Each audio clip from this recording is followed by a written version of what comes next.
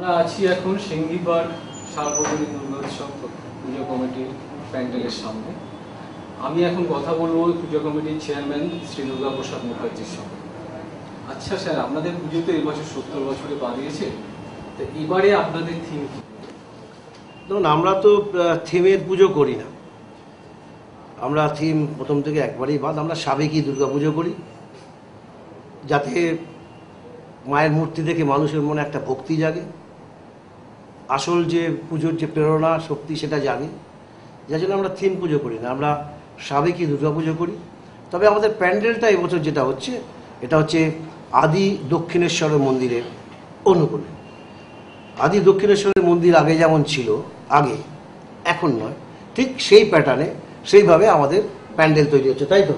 এই পুজোর ঐতিহ্য হচ্ছে এ পাড়ার খুব বড় একটা ব্যাপার। তার কারণ হচ্ছে এই পাড়াটা, এটা যেমন সেই বারোয়ারি পুজো ঠিক সেরকম নয়, কিন্তু এটার পুজোর মধ্যে involve all the localities people, মা, দাদা, ভাই, বোন, বৌদি, ঠাকুমা, সবাই ইনভলভ।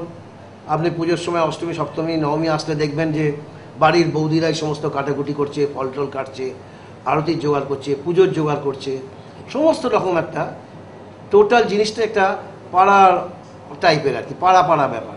কিন্তু যেহেতু একটা আগে তো এই সিংহি পার্কের ভেতরে পুজো হতো, তো তখন তো আরও একটা ব্যাপার অন্যরকম ছিল। রেগুলার ড্রামা প্রত্যেক দিন, আবৃত্তি প্রতিযোগিতা সুন্দর একটা হতো। যেহেতু সব বিল্ডিং হয়ে গেছে, রাস্তায় পুজো চলে এসছে, তো ন্যাচারালি আমাদের একটু প্রবলেম হচ্ছে সেই জিনিসটা নিয়ে। যেমন ধরুন, আমাদের বাড়ির পুজোর মতো কমিউনিটি ভোগ হয় সপ্তমী, অষ্টমী, নবমী, এই পাড়ার সমস্ত, এবং ইনকাম ট্যাক্স অফিসার, কমিশনাররা পর্যন্ত নেমে আসেন, এবং সবাই আমাদের হিন্দুস্তান রোডে ক্লাবের মাঠে কমিউনিটি ভোগ হয়। কনসেপ্টটা তো ভালোই লাগে। তার আগে আমি লন্ডনবাসীকে আমাদের তরফ থেকে, সিঙ্গিপাড় সার্বজনীন দুর্গাপুজোর তরফ থেকে নমস্কার জানাই, যে আমরা আমাদের পুজো দেখবেন, শারদীয়ার শুভ প্রীতি জানাই। তা যাই হোক, গ্লোবাল এটা বলতে বলো, তুমি কি বলছো? গ্লোবাল ব্যাপারটা তো খুবই ভালো, এবং এই জিনিসটা একটা নতুন কনসেপ্ট।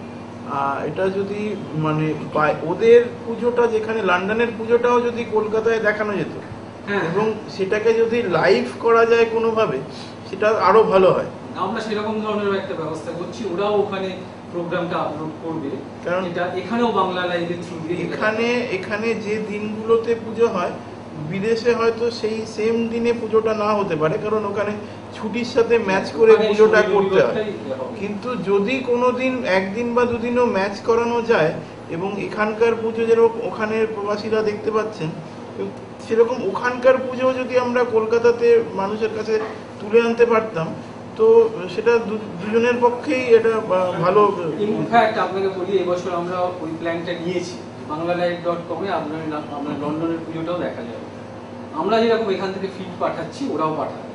ওরা দুটো সেকশন হবে, একটা দেশ আর বিদেশ, দুটো জায়গায় আলাদা আলাদাভাবে এটা দেখা যাবে।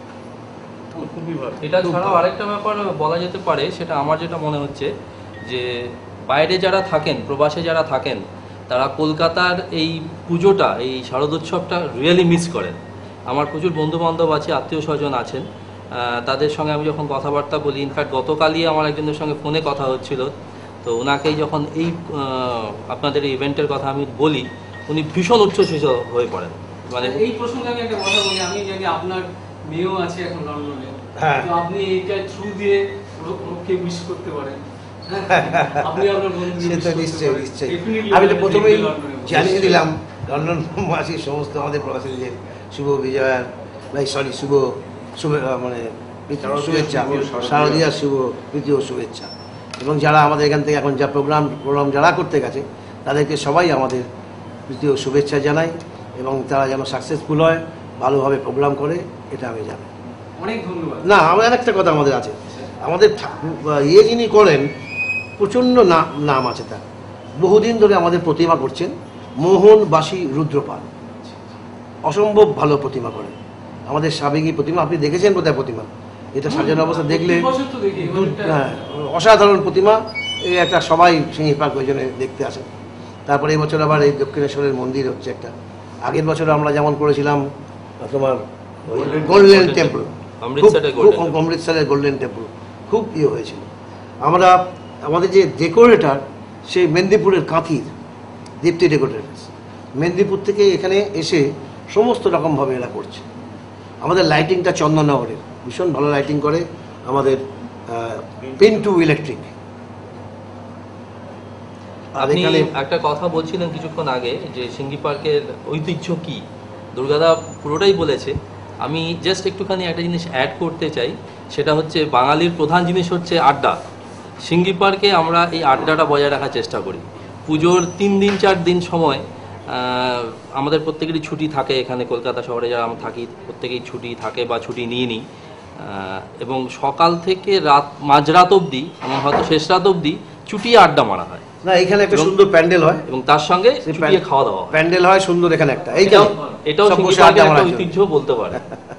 আমাদের সকলের তরফ থেকে, সিঙ্গি পার্কের সকলের তরফ থেকে আমরা লন্ডন প্রবাসী প্রত্যেকটি ভারতীয় এবং অভারতীয় সবাইকে জানাই শারদীয়ার প্রীতি ও শুভেচ্ছা। ভালো থাকবেন।